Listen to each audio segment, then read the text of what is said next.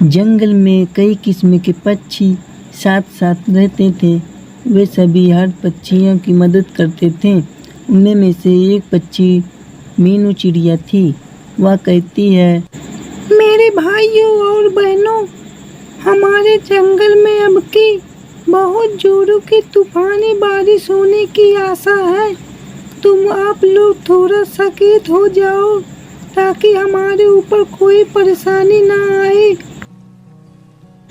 मीनू मौसी, तब तो बारिश की तूफानी के कारण कहीं हमारे सभी चिड़िया का घर टूट कर ना गिर जाए। मुझे तो बहुत डर लगता है। हाँ, तो मैं आप सभी को तो यही तो समझा रही हूँ कि थोड़ा सतर्क रहो।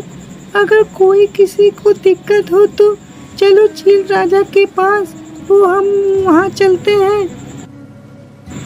मीनू मौसी, मेरा तो छोटा सा घोंसला का घर है। कहीं बारिश की वजह से मेरा घर गिर ना जाए। मुझे तो बहुत डर लग रहा है। मैं तब कहाँ रहूंगी मौसी? हाँ मौसी, रानू चिड़िया सही कह रही है। इसकी बेचारी के पास सिर्फ एक छोटा सा घोंसला का घर है। बारिश के वजह से इसका घर तो पक्का है गिर जाएगा। यार तब कहाँ पर रहेगी बेचारी? हाँ तो रानू बेटी, तुम्हें भी बारिश की वजह से तुम्हारी दिक्कत ज़्यादा हो सकती है। तो हम सभी पक्षियाँ राजा चील के पास चलकर समस्या बताते हैं, फिर वह कोई ना उपाय जरूर कर देंगे। हाँ मीनू मौसी, आप सही कह रहे हो। हमें चील राजा के पास ही जाना पड़ेगा, तभी रानू चिड़िया और हमारे समस्या दूर होंगी। तब मीनू मौसी जल्दी चलिए, नहीं तो आज बारिश होने की आशा आनी है। मेरा घोंसला का घर गिर जाएगा। ठीक है बेटी, चलो राजा के पास हम लोग चलते हैं। फिर मीनू मौसी और सभी पक्षी राजा के दरबार में आ जाते हैं। राजा सभा लगाया हुआ था। वह कहता है, हाँ तो कैसे आना हुआ मीनू मौसी? क्या हुआ, क्या समस्या है, बताओ मुझे। राजा साहब, हमारे जंगल में अब की बार बहुत तूफानी बारिश होने की आशा है, तो सभी पक्षी इससे बहुत डरे हुए हैं। कहीं हमारे घर परिवार में कोई दिक्कत ना हो जाए और हमारी खेती कहीं बर्बाद ना हो जाए। इसी से सभी पक्षी बहुत घबराए हुए हैं महाराज। तो मैं तुम सबको बताना चाहता हूँ, यह तूफानी बारिश आने की समस्या क्या है।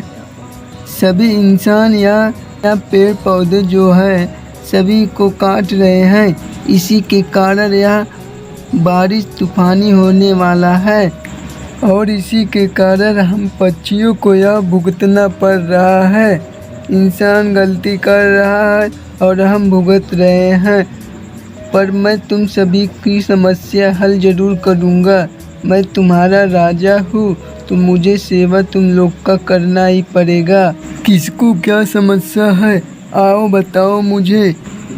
फिर वह कल्लू कावा राजा के थोड़ा सामने जाता है। वह कहता है, राजा साहब, मुझे यह दिक्कत हो सकती है कि मेरे पास खेतों में अब की बार फसल बहुत अच्छे हुए हैं। कहीं यह तूफानी बारिश की वजह से मेरे खेत की फसल खराब ना हो जाए, फिर मुझे तो बहुत ही नुकसान हो जाएगा। कल्लू कावा, तुम घबराओ मत। अगर तुम्हारे खेत की फसल खराब हो जाएंगे तो तुम मुझसे बताना, मैं अपने गोदाम में से तुम्हें फसल दे दूंगा। तुम चिंता मत लो। सभी लाइन से अपनी अपनी परेशानियां चील राजा को बता देते हैं। सबकी परेशानी राजा हल कर देता है। चील राजा कहता है, हाँ तो मीनू मौसी, और किसी को कोई दिक्कत परेशानी है? राजा जी, अभी मेरी परेशानी हल नहीं हुआ है। आप मेरी परेशानी हल कैसे करेंगे? हाँ तो रानो, तुम उतना दूर से क्यों बोल रही हो? इधर आओ, सबकी परेशानी हल हुआ, तुम्हारा भी होगा। तुम्हारी क्या परेशानी है, बताओ तो सही। सभी की परेशानी की समस्या मैंने दी। राजा साहब, मेरे पास एक छोटा सा घोंसला का घर है जो घास फूस से मैंने बनाई है। वो जो तूफानी बारिश के कारण वहाँ जरूर गिर जाएगा, फिर मैं उसके बाद कहाँ पर रहूँगी? मुझे यही दुख हो रहा है, मुझे यही परेशानी है। आप मेरी परेशानी हल करिए। तू रानो चिड़िया बहुत गरीब है, पर तुम्हें मैं एक बाल्टी दे रहा हूँ। अगर तूफानी बारिश आई तो तुम अपना घोंसला और तुम इस बाल्टी से बच सकती हो। पर राजा जी, आप मुझे बाल्टी क्यों दे रहे हैं? मुझे आप एक घर नहीं दे सकते? इसका क्या मतलब? मैं गरीब हूँ तो मुझे आप सभी बच्चियों के अलग कर देंगे? ऐसी बात नहीं है रानो, तुम्हारे समस्या का एक ही हल है, ये बाल्टी। मैं इससे ज़्यादा तुम्हें और कुछ नहीं दे सकता।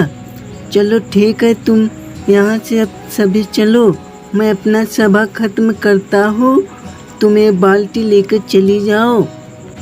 हाँ तो मीनू मौसी, किसी पक्षियों को कोई दिक्कत अभी पड़ेगी तो आप मुझे को फौरन बताना।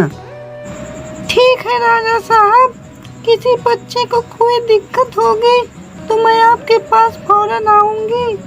ठीक है राजा साहब, अब मैं चलती हूँ घर। टोनी बहन, चलो घर अब राजा साहब जा रहे हैं अपना।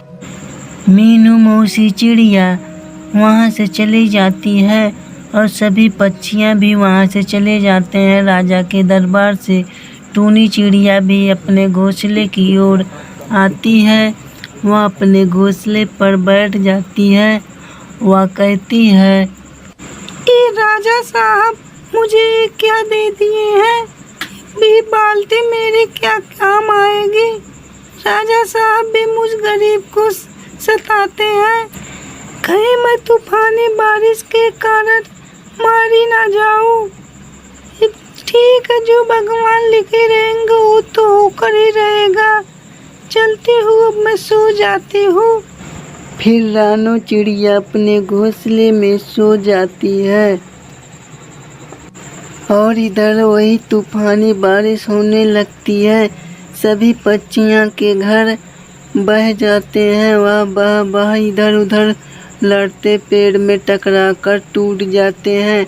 सभी पक्षियाँ एक जगह इकट्ठा हो जाते हैं। मीनू मौसी, अब क्या होगा? इतना तेज तूफानी बारिश शुरू हो गई है और सभी पक्षियों का घर टूटकर भी बह गया है। अब हम क्या करें मौसी? हाँ कबूतर, अब क्या किया जाए? मुझे भी कुछ समझ नहीं आ रहा है। पर रानो चिड़िया कहाँ होगी? बेचारी, उसका तो छोटा सा एक घोंसला था। बहुत बुरा उसके साथ हुआ होगा। हमें उस वहाँ चलकर देखना ही पड़ेगा रानो चिड़िया कैसी है। हाँ मीनू मौसी, आप सही कह रही हो। वह बेचारी का एक छोटा सा घर था, उसको भी घोंसले का वो तो कहीं बह ना गया होगा। हाँ मीनू मौसी, हमें चलना ही पड़ेगा रानू चिड़िया को देखने। बेचारी कहीं ना वह हमारे घर के साथ वह भी ना बह गई हो। वह छोटी सी घर में रहती थी।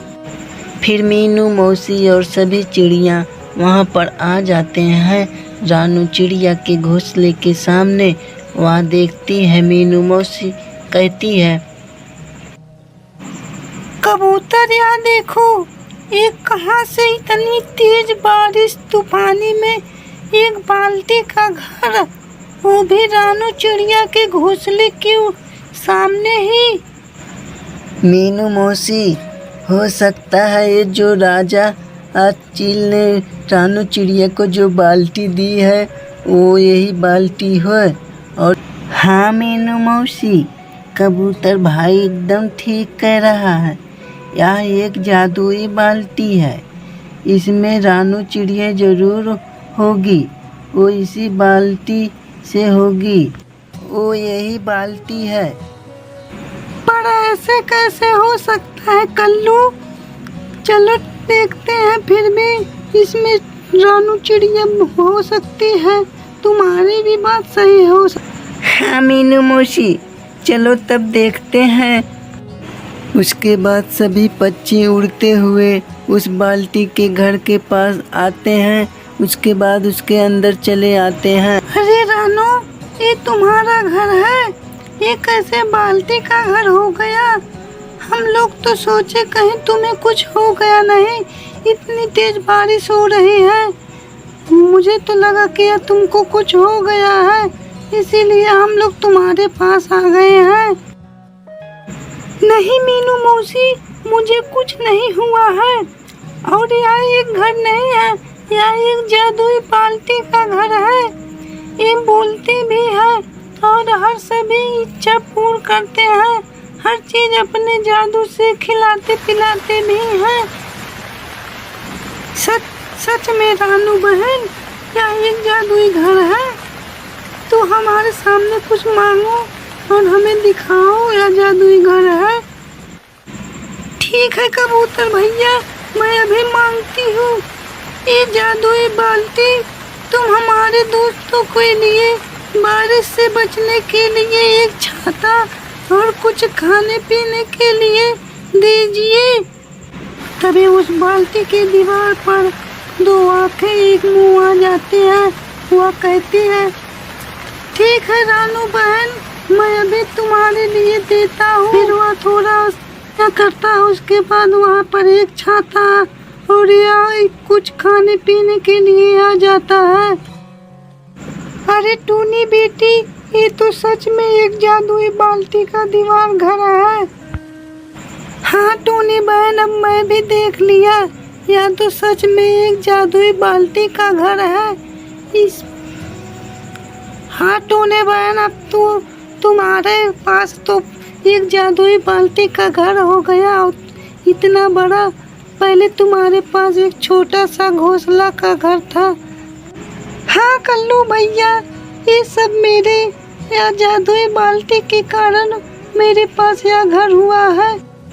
तब रानू, तुम इस जादुई बाल्टी से कहकर तूफानी वाली बारिश बंद कर दो हमेशा के लिए।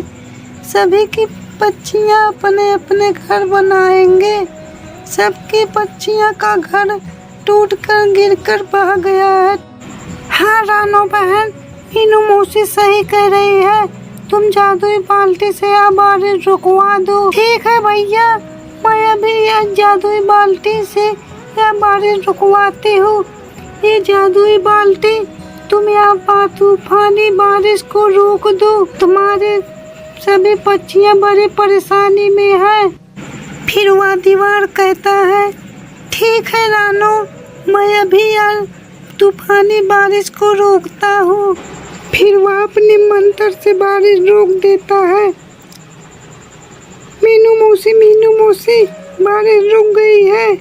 टूनी बहन, तुम्हारा जादुई बाल्टी का घर बारिश रोक दिया है। हाँ रानू बेटी, तुम्हारा बहुत बहुत धन्यवाद।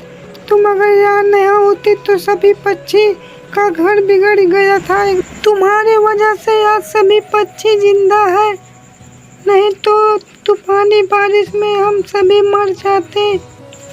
मीनू मौसी, आप मुझे धन्यवाद ना कहो, ये जादुई बाल्टी ने सब किया है, इन्हें धन्यवाद करो। मैंने कुछ नहीं किया है, जो सब कुछ किए हैं ये नहीं, जादुई बाल्टी ने किया है।